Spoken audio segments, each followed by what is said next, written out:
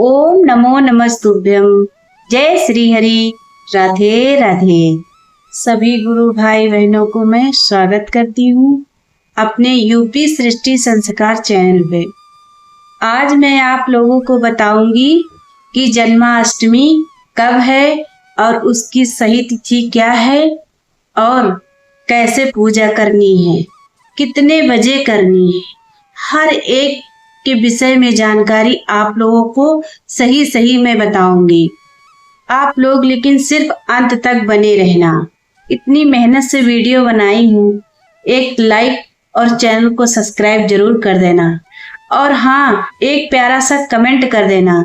जिसके कमेंट बहुत ज्यादा होंगे उसको मैं फ्री में प्रमोट करूंगी। मित्रों, यह कोई त्योहार नहीं, यह आत्मा को बुझाने वाला एक बहुत ही सुंदर दिन होता है। इस दिन ऐसा महसूस होता है कि मानो स्वर्ग में हैं हम। स्वर्ग जैसा फील होता है क्योंकि वो दिन तो भगवान का होता है और ऐसा लगता है कि आज का दिन ऐसा है कि लगता है कि भगवान साक्षात हैं सामने। और जब जेल की बेड़ियां खुल जाती हैं और प्रभु का जन्म होता है, कितना अद्भुत समय होता है। वो टाइम बहुत सुनहरा होता है और बहुत अच्छा लगता है।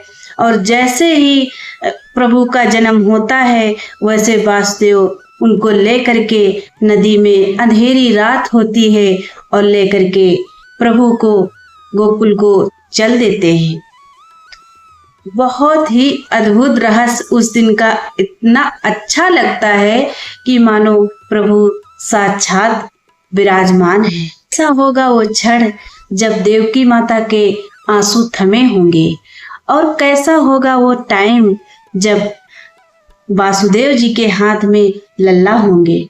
कैसा होगा वो टाइम जो कंस का अहंकार टूटने का समय आ गया होगा।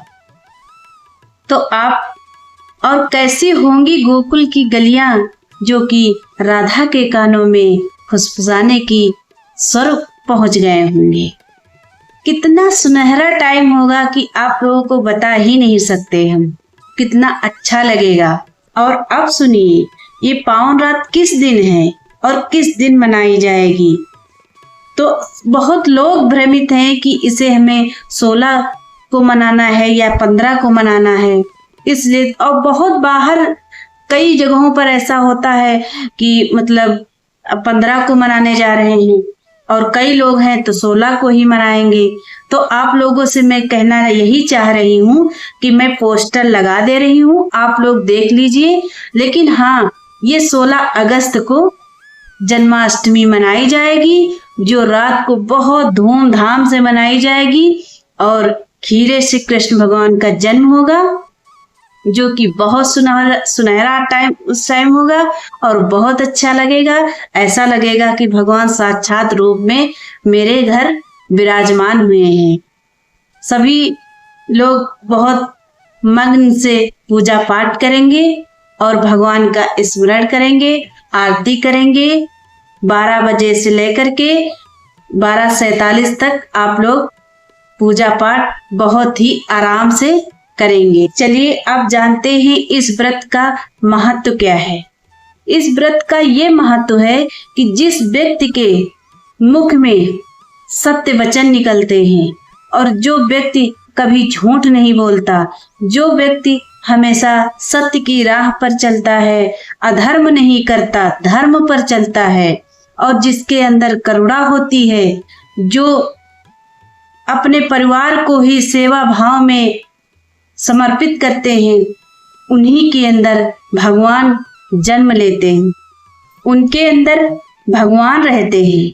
लेकिन अगले व्यक्ति को ये नहीं दिखाई पड़ता कि इसके अंदर भगवान है, लेकिन भगवान साक्षात उसके अंदर जन्म लेते हैं। क्योंकि जिसके मन में हमेशा करुणा बनी रहती है वह व्यक्ति धर्म पर चलता है और वो अधर्म को नहीं देख सकता। वो हमेशा यही कहेगा कि सत्य बोलने की उसकी आदत होती है और वो हमेशा सत्य की राह पर चलता रहता है। भगवान उसी के घर में वास करते हैं जिसके घर में सत्य की पूजा होती है। जन्माष्टमी व्रत का अर्थ क्या होता है? जन्माष्टमी व्रत का अर्थ होता है कि अपने अंदर बैठा जो कंस है उसको मारो और अहंकार, लालच, ईर्ष्या, द्वेष, अधर्म और चुगली जैसे चीजों को बाहर निकाल दो। तभी तो भगवान आपके मन में वास करेंगे और आपका साथ देंगे पूरा पूरा। एक तरफ आप भगवान की पूजा कर रही हैं, दूसरी तरफ दूसरे की बुराई कर रही हैं और दूसरे की चुगली कर रही हैं, तो भगवान आपके मन में कभी नहीं वास कर सकते।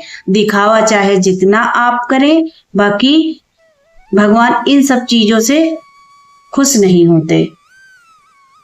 भगवान का मतलब यही है, इसका अर्थ यही है कि आप सत्य, क्षमा और दया, धर्म, इन सभी चीजों को अगर अपनाते हैं तो आपके मन में और आपके घर में हमेशा भगवान रहेंगे।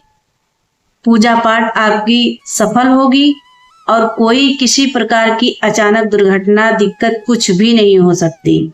लेकिन इन सभी नियमों का पालन करें। बस यही जन्माष्टमी का अर्थ। अब आप लोग जानिए कि इस व्रत के लाभ क्या हैं। ये व्रत अगर भाव से किया जाए, मन से किया जाए, दृढ़ से किया जाए, धर्म से किया जाए, तो ये व्रत बहुत लाभ देता है। एक दिन आप अगर व्रत कर लिए तो उसी दिन फल नहीं मिलेगा।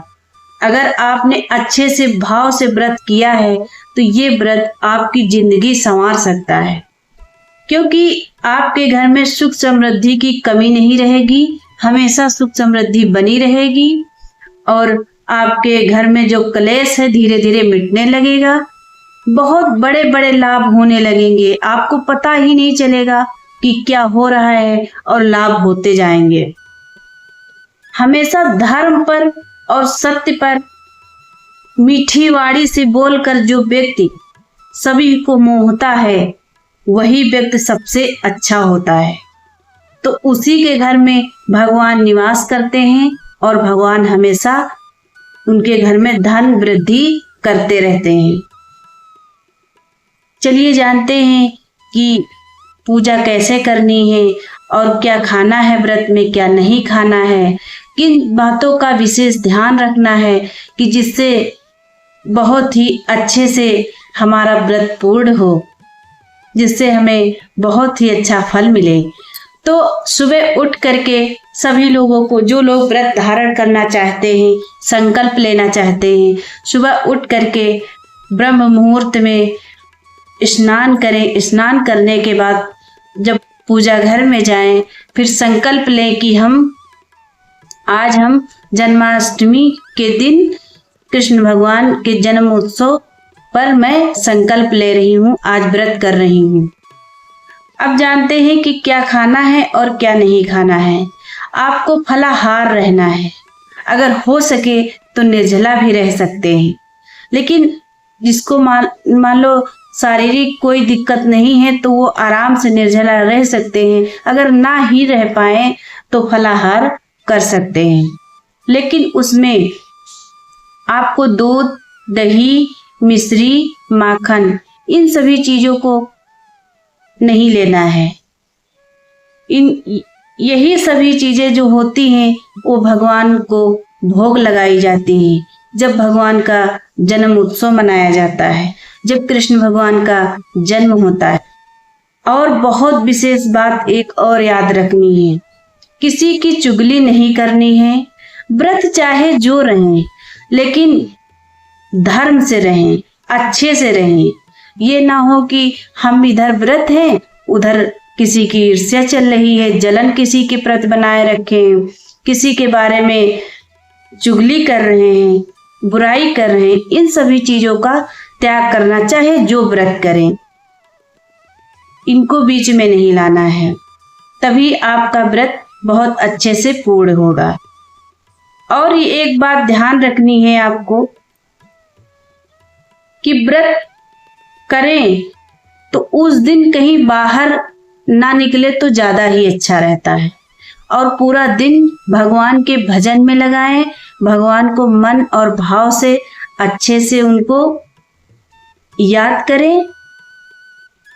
अब चलिए जानते हैं कि भगवान को रात को 12 बजे कैसे क्या करना है।